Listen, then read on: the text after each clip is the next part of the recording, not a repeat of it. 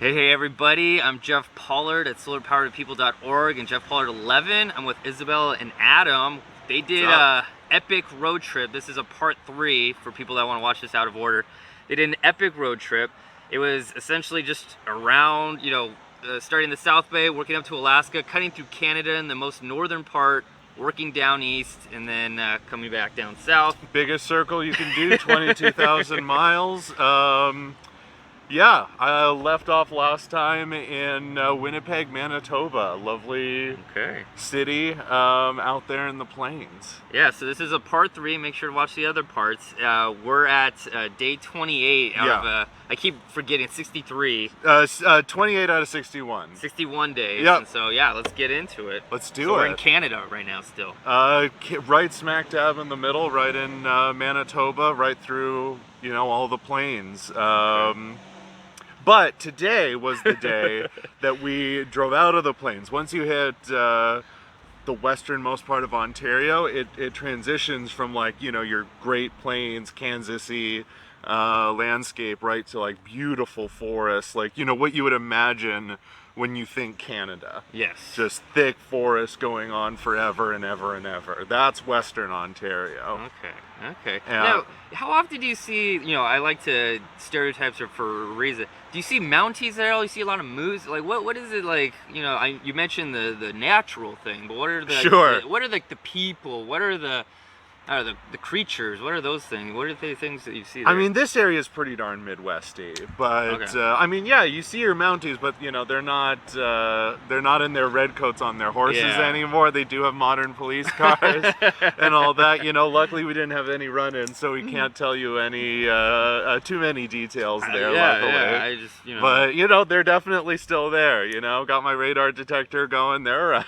Sure. Well, I'm just saying, like, when you everything starts to blend, you start going to other countries and you'll see just, billboards that aren't that much different from here, it's usually just like the font and the people. So I'm just always wondering, like, was there anything driving that just like stood out where you're just like, okay, that's not something you see every day in the States or anything like that? Or... I think one of the biggest takeaways from the trip is just how similar the US and Canada are. Okay. It feels like there's just an arbitrary especially in the border. West. Yeah, it feels like anything you would expect to find at those northern reaches of the US, it just continues into, and it just happens to be another country. But because the US and Canada were founded around the same time by the same people, and I mean, they've had slightly different histories, but they really are siblings. I mean, even that area up there around, Saskatchewan, Manitoba, that kind of Canadian Midwest area, it feels very Rust Belt as well. It has that similar architecture that you would see in the upper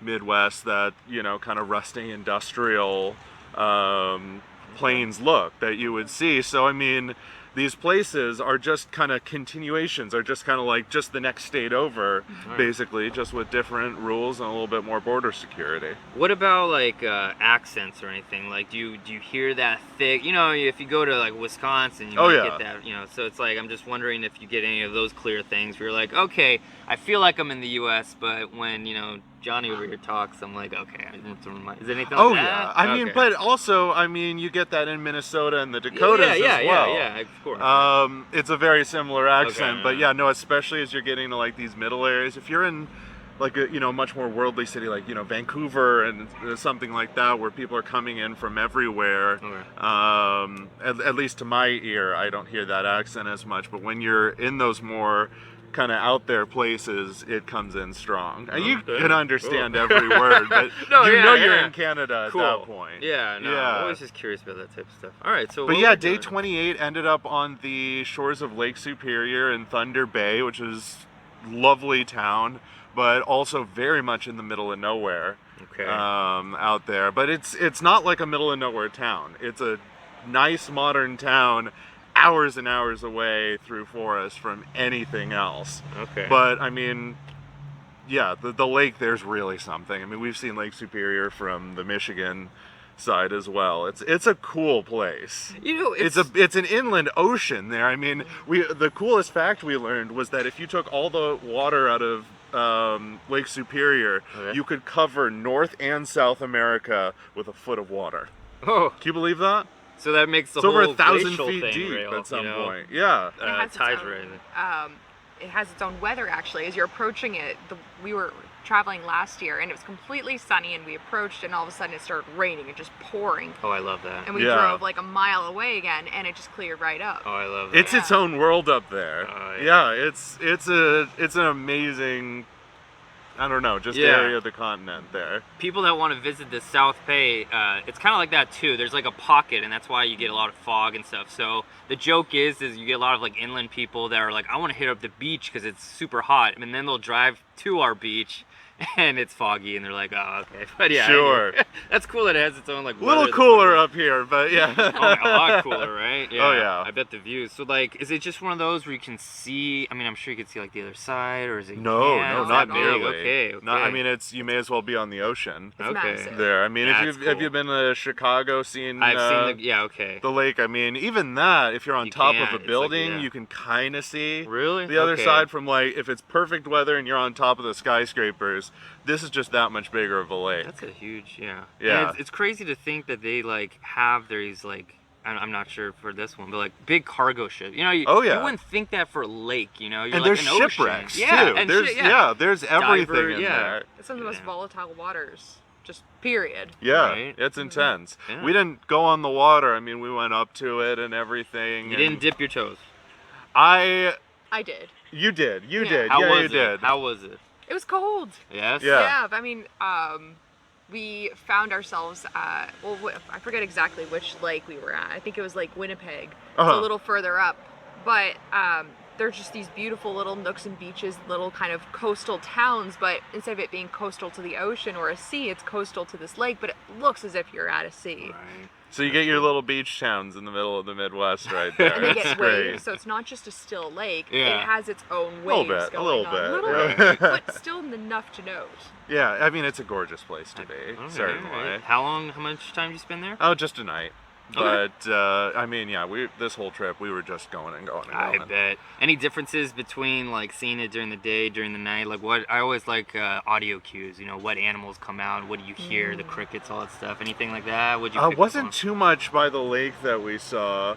Unfortunately, we did hit a bird on the way into Thunder Bay, which was never fun. Never planned. No. Okay. I mean, that was about as bad as it got. We didn't hit anything big on the trip, but we did bump a couple birds, unfortunately.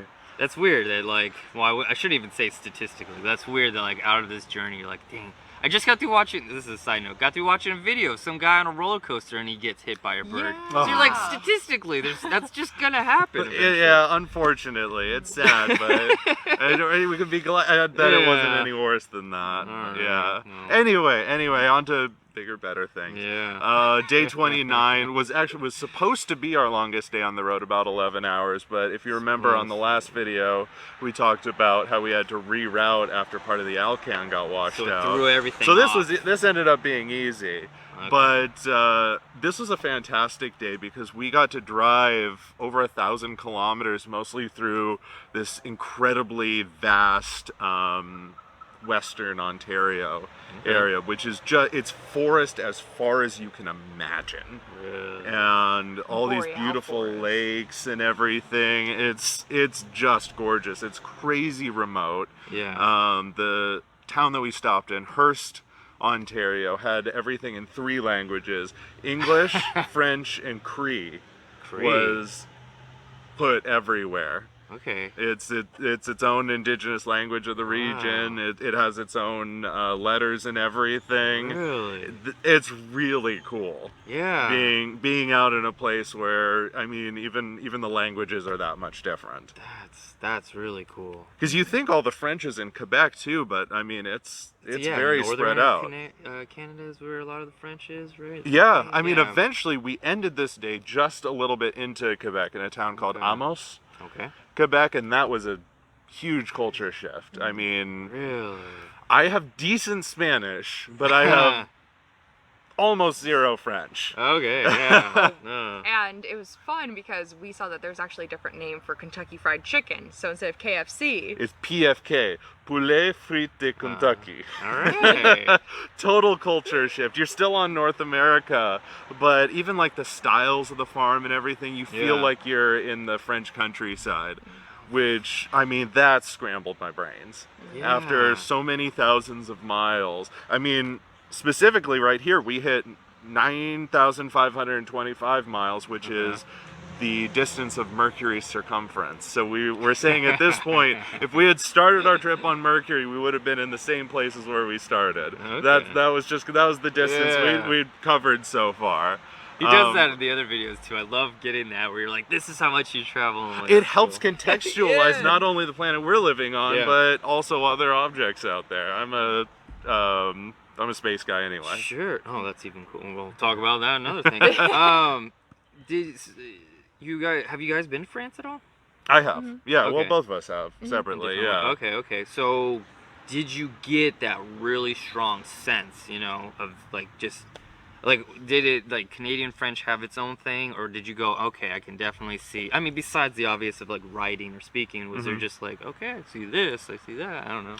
I felt like I was in France because I've been out to the countryside out there. Well, there you go. I mean, I haven't been to French countryside, so okay. Well, you can always go to Quebec. I was gonna say, I guess like the cheap thing could be like right. quasi cheap. They go to Canada, and I don't know. It's a very different dialect if you speak French, though. It's even Parisian French people say they can't understand the Quebecois. Real okay. It's old French. It hasn't been versus like French, I believe, in the early 20th century became more globalized with the world wars. Right.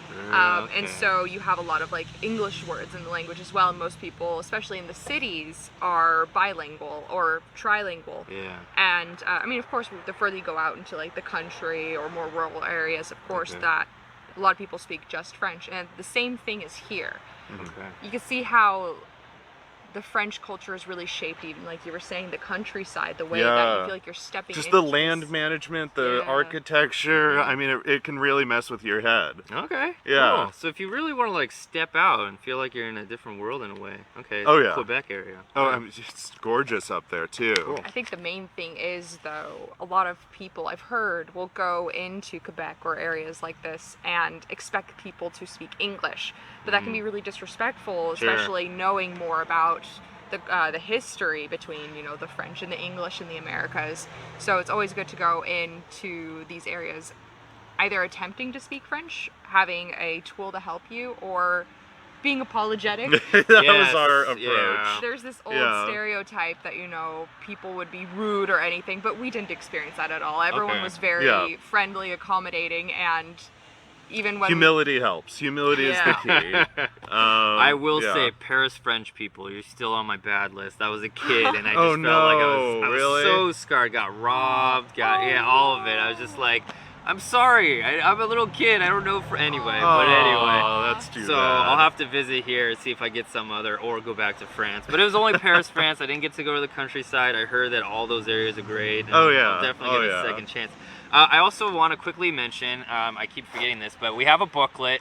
So if you ever see the page flip or something, we're entering like different days and all that stuff. So this is the itinerary booklet that we brought on the trip for our day-to-day convenience of executing our plans. And it's very cool. We're on day 30. So. Day 30 gets interesting now. July 8th of this year, of 2022. Yeah, this gets interesting. This is when we start going north in Quebec, towards where almost nobody lives.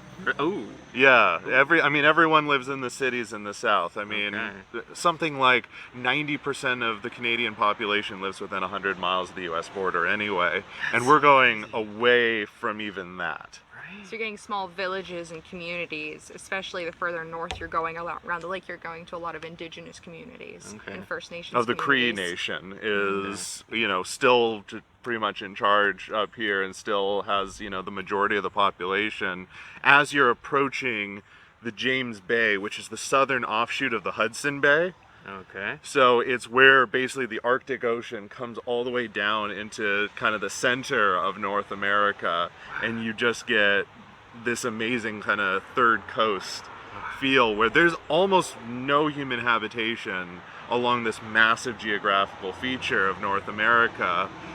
And there's only really this one road that will get you anywhere near it. Okay, and there's snow or what? Still good weather, Okay. this time of year. I mean, obviously in the winter, I mean, you know, that's further than I'm willing to do. But during the summer, it was you know, perfectly good roads out here too. The last 60 miles or so was unpaved, but plenty smooth. Okay. Our destination was this indigenous town called Eastmain, Quebec. Population just a couple hundred people on the shores of the James Bay. Okay. And this is truly one of the most remote places you can go. This is where most of the language spoken and around is in Cree. So I mean, I couldn't even read it. I mean, you know, they had English pretty much everywhere as well, and it was spoken. But this is a Cree community. You feel, because you are in a different country, a different nation up here. That was really cool to experience. Yeah. It's just one hotel, not even really used for tourism. It was actually being used as a COVID ward while we were there, which made us a little nervous. But, you know, we just kind of stayed to our room. There's one restaurant. It's attached to the hotel. Okay. When it closes, good luck getting food. What about like grocery stores and stuff like that? There was, I think, 2 very small ones. We went to one of them, which was a fraction the size of a 7-Eleven. Just kind of had your most basic provisions. Most of the stuff was very expensive and stale as well, being brought in tremendous distances. You can really see the access to good fresh food in places like this it's really not there. A lot of it's highly processed food, so you'll find like jars of Smuckers, you'll find lots of salted foods, especially like frozen foods, things that just don't expire as quickly. And you can also see that they're likely buying it in bulk, so that like they can bring stuff in. But it also takes time to bring stuff up there. And it's not like there's a large-scale operation like living here in the South Bay. You can go to a Vaughn's and they have their suppliers bringing stuff in, whereas up there you can tell there's someone going out, getting the food, and then bringing it all the way back. Yeah. No, I mean, to kind of visualize it, people in Malibu, when they live like kind of really inland in the Boo or whatever, like they get bulk in Costco and stuff just because they don't want to go out all the time. And this is another, I mean, this is 7 hours to even something a tenth of the size of Malibu, you know? Right? This is... What would you say they would be eating? Like if we were, you know, going back a few hundred, or even now, like what is there? This is a fishing town, a kind of weird hunting town? It could be. I mean, you know, it is on ocean right here. I mean, you know, subsistence living off of the forest, off of the ocean. I mean, people have been there since time immemorial. Also, it's interesting, and a great resource for people wanting to understand more is actually to go look at these First Nations websites. They'll have websites where they'll get information about life there, about their community, about their culture, and any beliefs they have.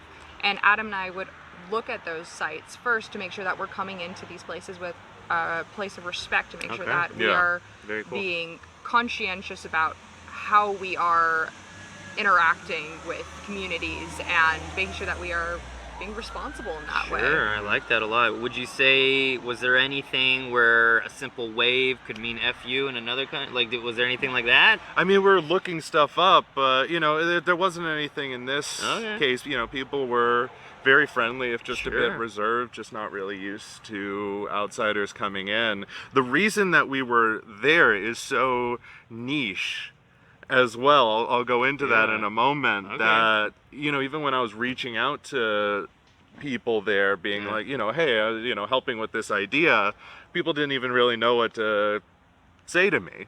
So basically, the reason I was there is, well, Canada has 10 provinces and 3 territories. The territories are Yukon Territory, which we went to, Northwest Territories, which was the only place in Canada we didn't go to, and Nunavut, which is, I believe, 11 times the size of Texas and has like 20-some thousand people living there. And it's way up in, you know, those islands north of Canada's most of Nunavut.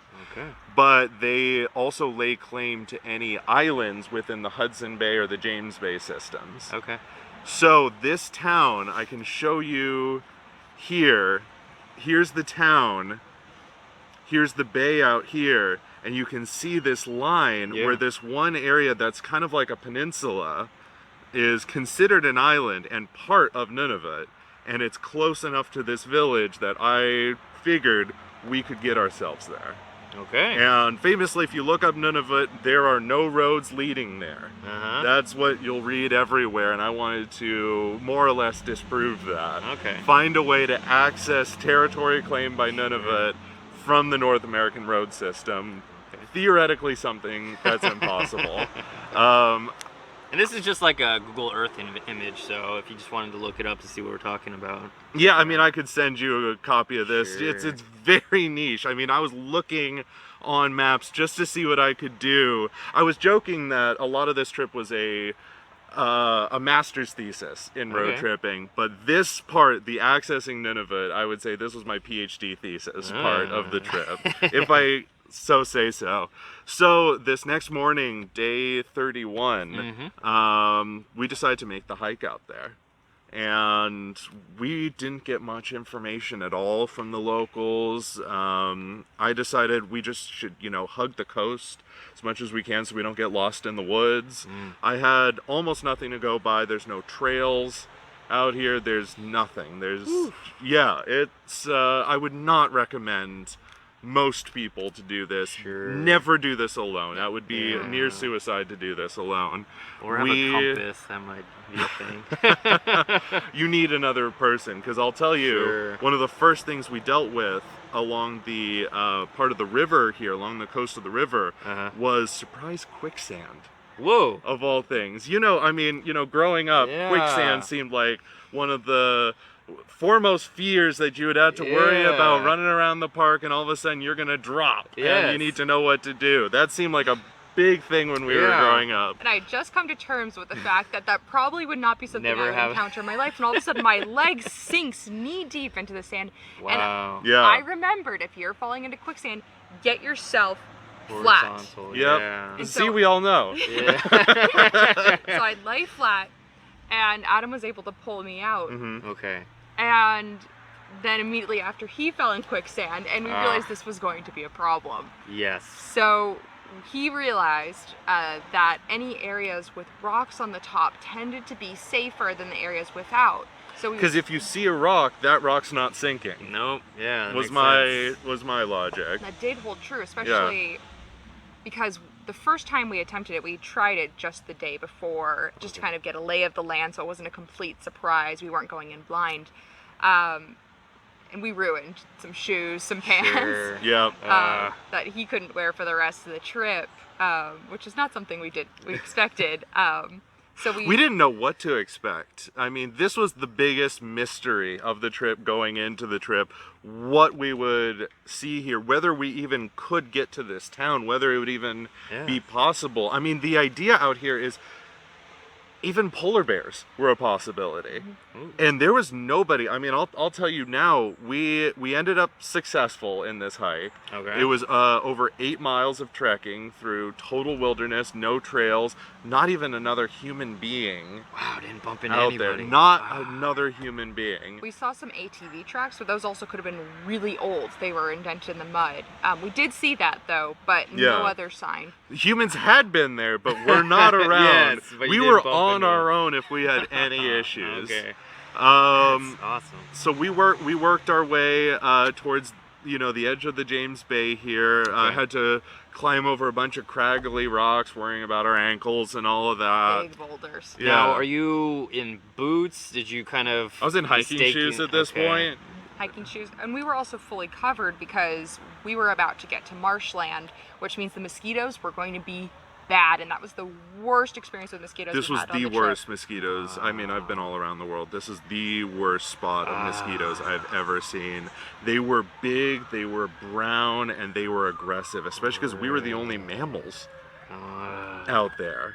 So we were walking through this marshland here, and I thought it would be better to be walking through the plants and stuff like that rather than risking more quicksand out on the the sandy parts. Okay.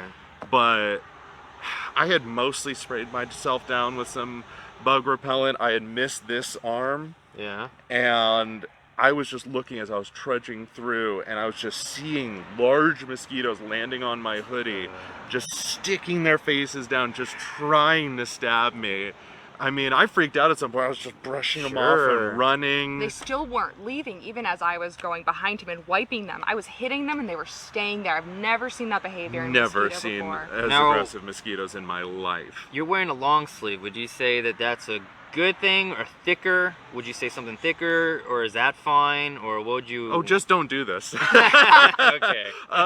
But really, layers and loose layers, because if you have something that's skin tight, they're big enough they can get through. Yeah. Okay. This would even be too tight, just barely. Yeah. Like what I'm wearing now, it has looseness to it, but it does cling a little bit more. So you want something that's tight around the wrist. I had a big fluffy hoodie, and that protected me well enough physically, not psychologically, going through this. Crazy. Okay. But eventually we just saw this huge rocky outcropping in the distance, got closer and closer. Saw some wolf tracks along Yeah, the way. saw that. So that was the only other, sign of a mammal out there. The paw print? That's crazy. Yeah, it was not a dog. It was not a dog. But yeah, eventually we got there. We got to this rocky outcropping, checked my phone. It said, yep, you're in Baffin, Nunavut. Took a little rock sample kind of thing just to prove we had been there. But you took dare a bunch not of pictures. Go further because of quicksand area, right? Well, we got all the way to this island. I mean, everything past here is basically just open Hudson Bay, is open ocean. Yeah. And we were climbing these giant boulders, and boulders that were on this peninsula were this beautiful pink color. And they were marbled, and they were fantastic. It was worth the trip. We were climbing these giant boulders and seeing these deep crevices that we couldn't see the bottom of. If you slipped in there, you're done. You're done. If you're there alone, you're full on whatever. You know that movie 127 Hours? That's you. So that's why you need another person at minimum, plus bear spray, plus mosquito spray, plus. Tell people where you're going. Don't do this casually. Don't do it. Back. Yeah, you can get to Nunavut from the North American road system with a hike. Okay. You don't have to, though. But you don't have to do it. We did it. You don't have to. For the true adventurer. Okay. Right. Okay. Yeah. Okay. I'll tell you it's possible. If you really want to do it, I'll help tell you how to do it. But it's bad. Cool. It's also cool because along this stretch, we also saw a few fossils on the ground. Oh, yeah. Just laying on it's the that ground. remote that you can just look down at rocks, look at them, and you see, rock shop worthy fossils. They're just there on the ground. Are they plants of animal? What do you see? I think we're seeing mostly plants. Okay. It's cool because, you could see that this is a really old body of water. Yeah. That's cool. That was really epic. It's just refreshing to know that there are parts that humans have touched, but just aren't active. They just aren't stepped upon all the time. That's really cool. That's really cool. This is still well managed land by the indigenous people who have been here forever. You don't get to see that, unfortunately, in very many places in North America anymore. I hope that can change. You have to go this far off the beaten path to really get that true experience. I bet. Now, in a previous video, you talked about how, in this part, there are a lot of pilots. Flying is very popular. Are you able to do anything flight-related in this general area? There was an airport, but it wasn't very busy. Sure. I mean, there was decent roads that would connect you to the rest of... Yeah, I mean, at this point, there's just so few people. Yeah. And they stick to their villages. Yeah. And there are roads between the villages if they so want to do that. On the 60-mile road that connected, the main paved road going up the coast to the town, we saw over 60 miles, maybe 4 or 5 cars. Jeez. Now, I'm not, a huge countryman, so I wouldn't know, but and I don't know, but is horseback riding super popular? Are you seeing anything of that nature? We saw just barely anything. I'm just really curious in general. How they... It's a small village that you could walk anywhere, really. Right. You could walk anywhere, and if you needed to go to the outside world, you could drive there if you needed to. I do like to ask, when you hit these smaller areas, you usually get a lot of stares, in terms of people staring at you. Do you get that? Not in it's not a bad thing. It's just they clearly are I'm gonna keep looking at you because this is refreshing. We just saw so few people. It was just that few. I mean, the people working at the there's just people. It was that small town lifestyle that you just don't really see in the 21st century. I just didn't know as if much. they're Kids like on bikes, hanging out on the porch. Like I didn't know if they're dogs just wandering too. Okay. I mean, it's that small town thing that you just don't see very often in this period of time. All right, awesome. But did you feel like you were going back? Like, are you saying like, oh, this is a town of like 20 years ago? You know what I mean? Like, is it dated? It was all very modern Okay. comedy. Actually, the hotel was very modern. I was very pleasantly surprised. I had no idea what to expect and no choices. Okay. If we had found bed bugs even at that hotel, we would have been screwed. We would have been so screwed. There was nothing else other than like sleeping in our car for any distance. A 2-story, 3-story hotel? It's a 2-story. Yeah, so a beautiful smaller one. Lobby. Yeah. I mean, that's where the restaurant was also. Yeah. You can tell that I was seeing a lot of information for like conferences, so a lot of conferences are held there. Oh man. So it's like, yeah, it wasn't you go and visit, it's you're here for a purpose. Yeah. There's no other tourist reason to visit this area. I mean, I had never even seen online anyone else doing this. Sure. This is, as far as I know, a unique thing that I've done in terms of not being the first person, of course, to visit this spot, but being the first to go to this town for this reason and visit that spot for that reason and then leave. I'm incredibly curious what the profit margins are for these businesses and stuff. Like, you know what I mean? It's just like, but anyway, that's besides. Yeah, no, it's rough out there. But yeah, after that we drove 7 hours to the nearest small town, to the other nearest small town, which is kind of the hub for the region. It's called Matagami, Quebec. Back to more French speaking. Found a lovely bed and breakfast, because that town, their only like normal hotel had burned down less than a year ago, and their only main restaurant had closed. So we ended up, our worst meal of the trip was gas station wrapped up pizza, like plastic shrink wrapped pizza. And we stayed at a B&B. The B&B was lovely. That was another one we had no idea what to expect. We would have been lucky to find a bed, but it was a lovely B&B up there that I would go back to. Fantastic breakfast. I would not get that shrink wrap pizza again if I could help it. If we'd arrived a little earlier, we could have made it to the grocery store, but they closed like an hour before. But that's still like a grocery store, not a restaurant. Was our only other option. This is out there. This is as out there as any part of our Alaska trip up here. Just a lot less information accessible online for what you can expect. Yeah. Okay. That was something. Anyway, we're at day 32, July 10th, and we're heading down through Quebec, now smaller to medium towns as you go south, ending up in Ottawa, the country's capital there. Yeah. A beautiful city, Ottawa. It's very British. Felt like you were in London all of a sudden with the architecture. All the government buildings. I mean, you go to DC and it's very, like Roman and Greek. And, like that kind of classical kind of thing. But in Canada, when all the government buildings were being put together, everything was British. Everything had to be British, especially compared to next door Quebec. Okay. I mean, you hear historically how England and France have always I was gonna say on been top at of the war, American coming always but until like the last 100 years or so, where they've finally been able to work out their differences. But no one told Canada that they finally worked out their differences, so there's still tons of animosity between the Anglophones and the Francophones throughout Canada. So much so that you see Ottawa here is right on the Quebec border, but as you're driving in, you don't see a sign for Ottawa until you're there. They don't say, oh yeah, you're Ottawa, the country's capital, and this many kilometers. They show Gatineau on the French side, and they don't tell you about Ottawa until you're right there on it. So a lot of middle fingers going around there. All around, all sides. There's a complicated history there. Colonies here, the French and British colonies here, were getting dragged into those same conflicts that were happening in Europe. Oh man. So there'd be actual full-on wars, and as we were traveling, we were listening to podcasts about, the history of these areas. I mean, there were some full-on genocides of people. The Acadians. Yeah. And on the Atlantic it got coast. nasty for a while, and none of that was resolved by the time that, you know, in Europe they were kind of creating their alliances.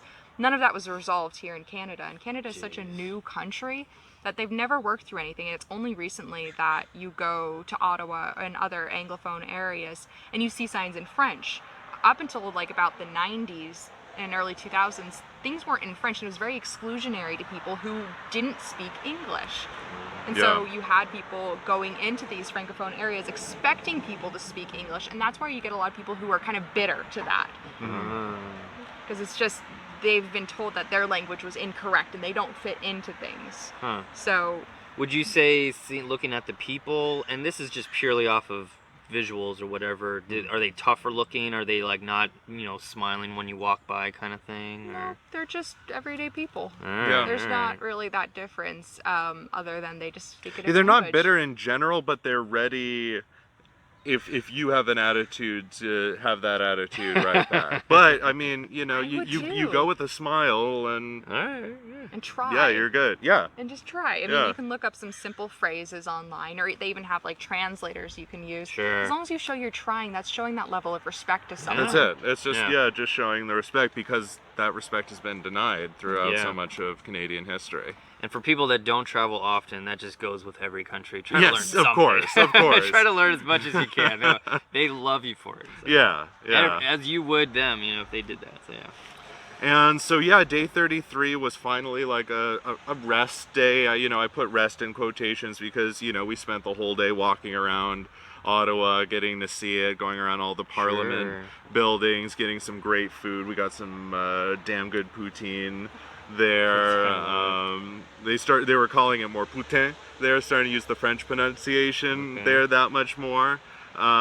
It's a beautiful town. I would go back to Ottawa in a second. Now, I did this with another video, but would you say, well, you know, this town, what would people expect in terms of size ratio? Is there any comparison we can It's give? very cosmopolitan.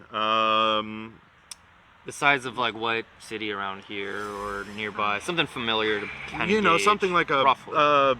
would you say like a Burbank, Glendale, just in terms of that kind of bigger than that? Yeah. I'd say. But you know, like enough kind to of have a big DC downtown. Parallel. Yeah.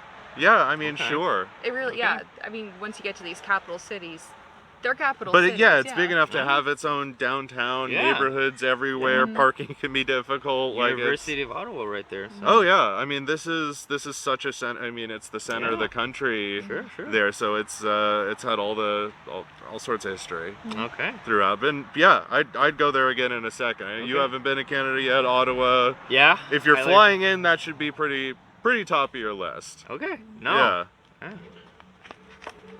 We're at day 34, July 12th. At this point, it's really easy because between Toronto and Quebec City, there's just a list of cities. That's where the vast majority of the Canadian population lives, just in this one kind of stretch. So we were able to just drive 2.5 hours and end up in the next major city, Montreal. Okay. And God, we wish we could spend more time there in Montreal. I mean, talk about size comparisons. Montreal is up there with New York.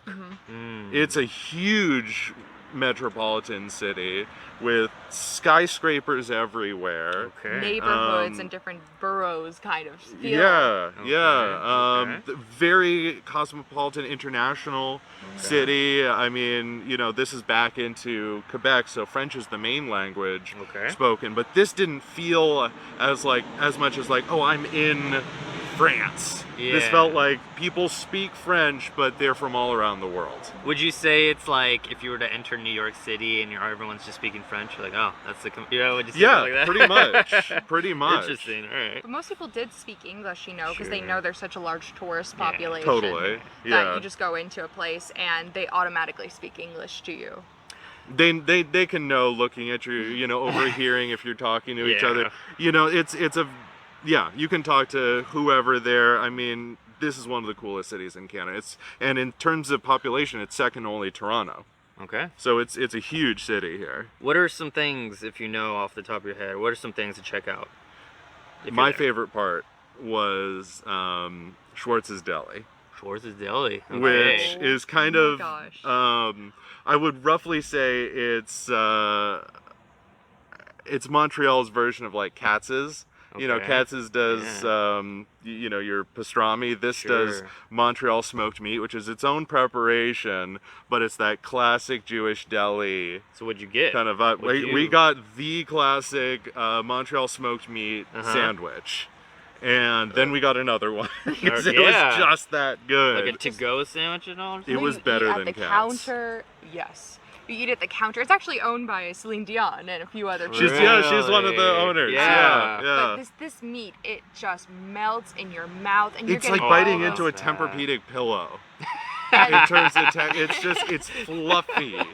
It's buttery. Heaven. It has like 100+ years of flavor baked into it because of where they're cooking it. Because they're smoking it in the same place that they've been smoking it for more than 100 years. So that flavor's there. That's how I judge my filet mignon, is if I can cut it with like a butter knife. Yeah, oh my God, okay. And the line was long, but it did not take long at all to get inside. Oh yeah. Okay. Because you're getting that sandwich quickly, you're eating it, and then you're leaving. So it's an institution. It's ridiculously good. My last name is Schwartz too. I was showing off my ID there and everything. That's funny. That was so much fun. Of course, he was trying to get free stuff. God, this guy. No, I'm just kidding. We also had to hit up more poutine there because poutine is from Montreal. Montreal gave the world poutine. And can you describe that to the people? Poutine? Yes. Okay, I mean, poutine is the best dish to come out of Canada. It's a base of fries, smothered in gravy, bunch of mixed in cheese, bouncy cheese curds, and any topping you can imagine. You could customize it however you want, so you could have whatever flavors you want. You can have different types of meat, you can have non-meats, but it's just the template of you have the potato, you have the cheese curds, you have some kind of sauce, and you have some kind of protein. Okay. You can put like other things on top. And I had a poutine at this place called La Banquise, which I was like scouring, what is the best place? This is what I landed on. It was named after Fred Flintstone, although it was French, so it was Fred Caillou. Okay. And they had the Montreal smoked meat, they had sausage, like you couldn't even see the fries under the pile of meat that was on this. It was one of the best meals ever. And we were talking to the person making it, so of course he piled it way higher than normal, which was dangerous for us. We wrecked ourselves. It was so worth it, but we wrecked ourselves. Because another one of the differences here is in the States we get our potatoes from Idaho. Okay. In Canada, they get their potatoes from Prince Edward Island. Okay. And there is a difference. The Prince Edward Island potatoes are like softer, they're fluffier, they're kind of cakier. And so that with all the just greasy goodness was unmatched. Unmatched. It brings up a good point where it's like the world's getting smaller, so you'll get like In-N-Out in different cities, for example. But it's like very important to still like travel and try those same places because it's always cooked a little bit different, spiced a little different, and so it's just like fun. You know, go back to the KFC thing. In Iceland, KFC is very big, and I had to try it. It's just different enough, but it's just funny. Like, always. I mean, especially it's like having a burger in LA. It's like we gave the world burgers. Montreal gave the world poutine. Like you'll find poutine in many places, but you gotta try it where it's from. I feel like that style is very popular in the Midwest. I don't want to speak for it, but I feel like that's like you can go to a lot of fast food places and kind of get that as a side with your burger. But I don't. The closer you get to Canada, yeah, definitely. And also in the Midwest, you get those bouncy cheese curds as well, especially in like Wisconsin. That's the whole difference. Yeah. We had some... They kind of squeak when you bite into them a little bit. Yeah, that's the mark of quality. I love a good cheese, you feel your arteries clogging up as you eat them. It's wonderful. Right. No, and then you walk it off. Right. Go around the city, walk it off. But if you're in a cold area, then it's a good hibernation food. Exactly. You get the thick gravy and all that. Anyway. And how much time did you spend here?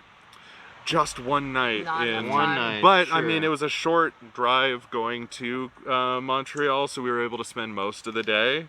How long, I mean, it's all relative, but like, what would you say? You could do a week there? You could easily put together a week and barely scratch the surface of Montreal. Okay.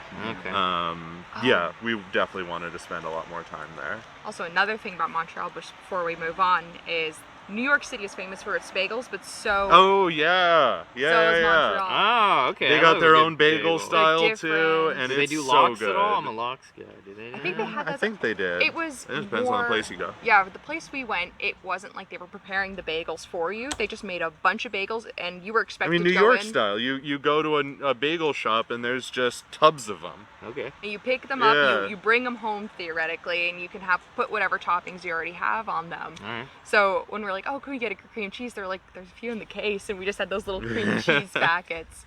But the bagel itself was different than a Top bagel quality. I've had before. Yeah. So a little getting to know these people. Isabel, Adam, what are your go-to bagels? Do you have favorites at all? Ooh. I mean, I always like a good jalapeno cheese bagel, or especially like a garlic onion. Okay. If I'm more in an everything bagel. Yeah. Depends on what you're putting on the bagel. Sure. So what kind of smear are you putting on? Yeah. I like a good jalapeno smear too on a bagel. That's perfect. Yeah. Yeah. Cool.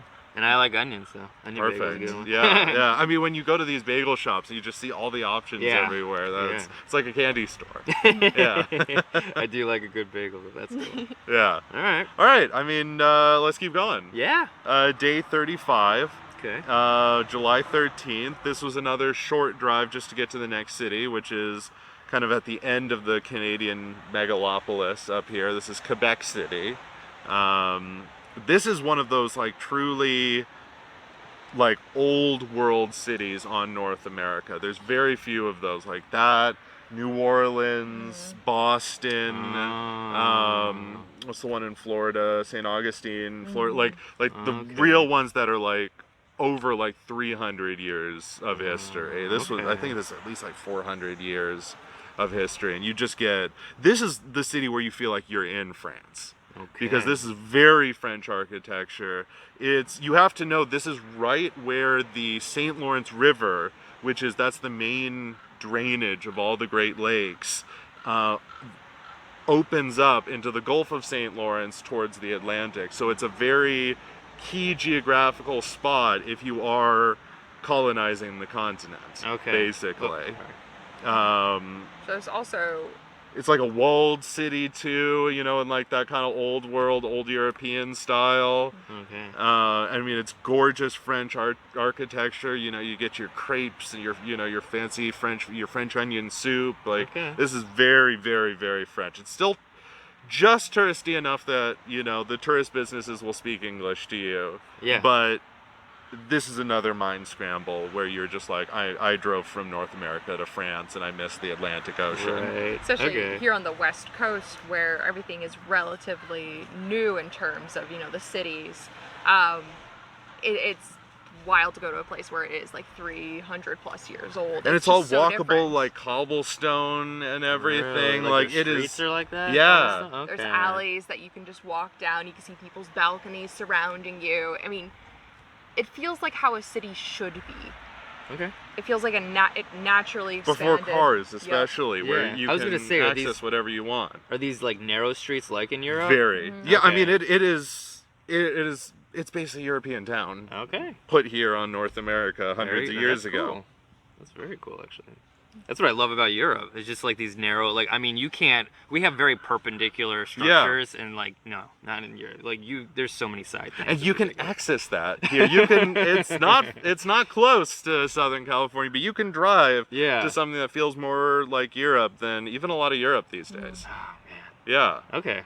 That's truly special. Seriously, now I want to go to Canada. Yeah. This is a place to go. Yeah, all right. And you get top quality French cuisine. Here too. I mean, it's you can still get your poutine and your Canadian stuff, but this is where you get your top quality crepes and all that good stuff. The French, they know bread like no other. Oh yeah. And so you would say the same here? Yeah, it's you get all of your French culture, anything you want right through here. Yeah, I was in in France. I could be in the weirdest or the most Americanized food restaurant place, but I'd get the bread and it was just phenomenal. Yeah. Everything. Croissants, of course. And then Oh yeah. Right. We stayed in an old hotel too that's been around for some hundreds of years. Wow. That was a cool bit of history being able to see this place. squeaky stairs and all that. Or oh something. yeah, full on. I mean, you know, got to carry your suitcase up the winding staircase. This is worth a visit. No machinery. 100%. Okay. It's out there, but it is 100% worth a visit to get that culture. Sure. Yeah. All right. All right, day 36, July 14th. This was an interesting ride geographically because what we did here was we went to the southern edge of the river here, the St. Lawrence River, and just hugged the river as it widened more and more and became the Gulf leading into the Atlantic. So that was really cool, driving along like the main drainage for not only Lake Superior, but all the Great Lakes end up draining through this one area, and it widens like that into the ocean, and we just got to see the other side just get further and further and further until you just couldn't see it anymore, and it got more and more maritime, Atlantic maritime, your brightly colored houses and stuff like that. You see your crab traps and your fish traps strewn around, and sticking with a lot of the French too, because we ended the day right at the Cape Gaspé. All right. And this town, Gaspé, is, you've heard of like Plymouth Rock. That's where like the first, British people stepped foot on North America and all that. They have a French version, essentially, where it was the first French people. And we're talking about our America. But the first French people stepped foot on North America here. Okay. So this, of all places in Quebec, was where you could actually really struggle to find someone who would speak English, even in a hotel setting. Okay. This is when you were really on your own linguistically.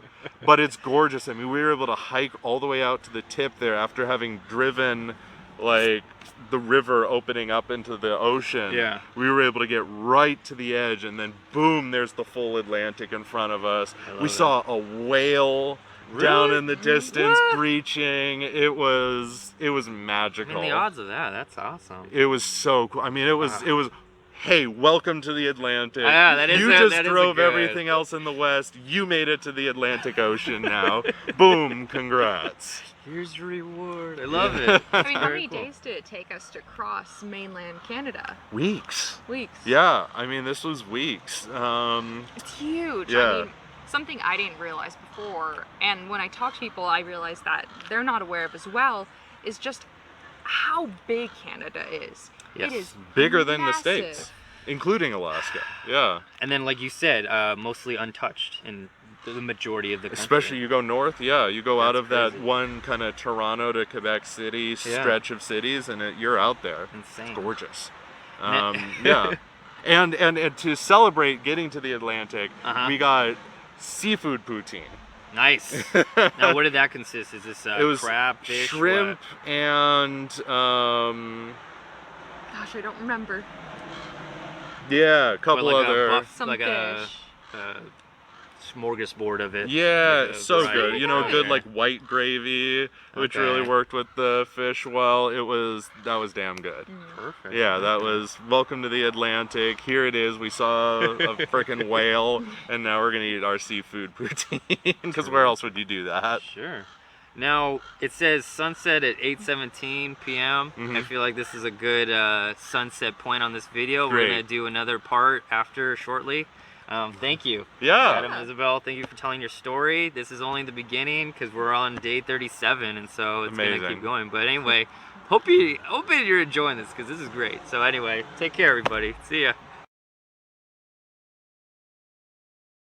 Hey everybody, guess what? I wrote an illustrated children's book. I am super excited for this. It's a great book, so please support, please buy, please do whatever you feel like doing. The Giraffe and the Lion. Find it anywhere. Thanks everybody.